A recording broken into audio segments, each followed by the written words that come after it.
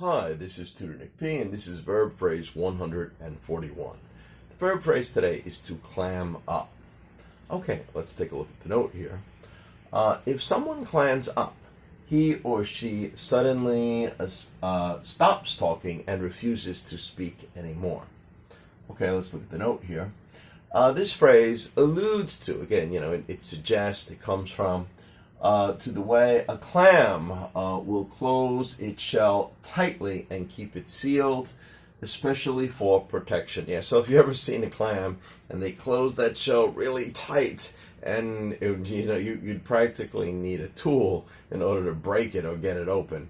That's what we mean. So the clam does that. He has the ability to close his shell tightly, and of course he's doing it to protect himself.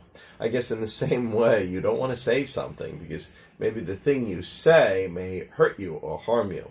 So you clam up, you're trying to protect yourself by not saying this, by not revealing this information. All right, good. So let's continue. Let's look at several examples we have here. Example number one. When the police brought that suspect in for questioning, he just clammed up. Yeah, we see this in the movies all the time. They bring someone in, they don't want to talk. Well, in the movies, they always make it look easy. Maybe the police have some dirt or something on this guy to try to make him talk, but sometimes they don't. In real life, a lot of times they don't. They just may clam up and they say anything. They say nothing, really, in order to protect themselves. Okay, let's look at example number two here. When that mother asked her son what he was doing when he cut classes, he just clammed up. So to cut classes, I guess he wasn't going to school. He went somewhere else. He was doing something else. He wasn't attending the school. The school probably informed the mother, so she knew that he wasn't going to classes, and she's saying, well, if you weren't going to classes, what were you doing? Where were you? Why didn't you go? And of course, he just went silent. He clammed up. He refused to speak and say what he was doing. Okay, let's look at number three here.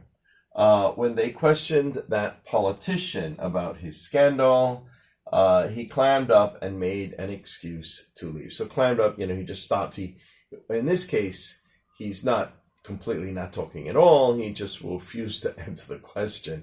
He clammed up and just made some excuse that he's got to go. He wants to run away, doesn't want to answer these questions. He wants to avoid them. Okay, anyway, this is perfect examples of how we would use it. I hope you got it. I hope it's clear. Thank you for your time. Bye-bye.